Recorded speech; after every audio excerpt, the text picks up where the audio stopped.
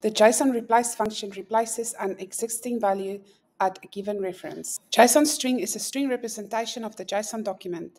Reference is a JSON path that points to the field that should be changed.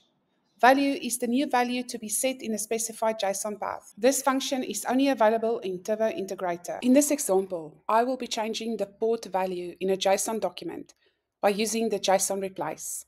I will export the updated JSON document to a JSON file. I initialize a JSON document and store it in a string variable named sjsondoc. It contains three fields: address, user, and port. I use the JSON replace function to replace the port field with a value of 8012 in the JSON document and reassign the JSON document to sjsondoc.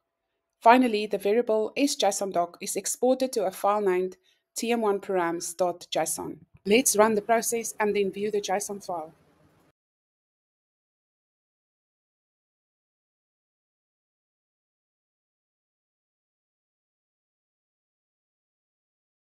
After executing the process, the JSON file will look like this.